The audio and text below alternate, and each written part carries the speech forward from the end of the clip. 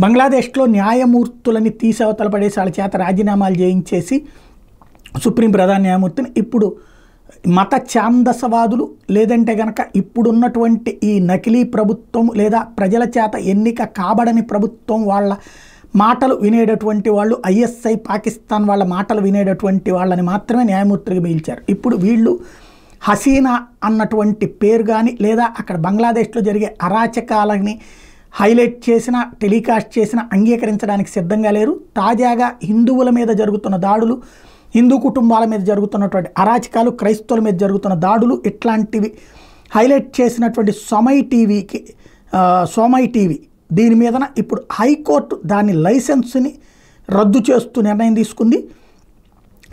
ఎవరికై మీదనైతే attack జరుగుతున్నాయో దాని గురించి ఓవరాల్గా ఇప్పుడు వాళ్ళందరినీ రోడ్డును పడేసినటువంటి పరిస్థితి. అంటే టోటల్గా మాకు బానిసత్వం చేసేవాళ్ళు మాత్రమే ఉండాలన్నటువంటి స్టేజీ బంగ్లాదేశ్లో వచ్చేసింది.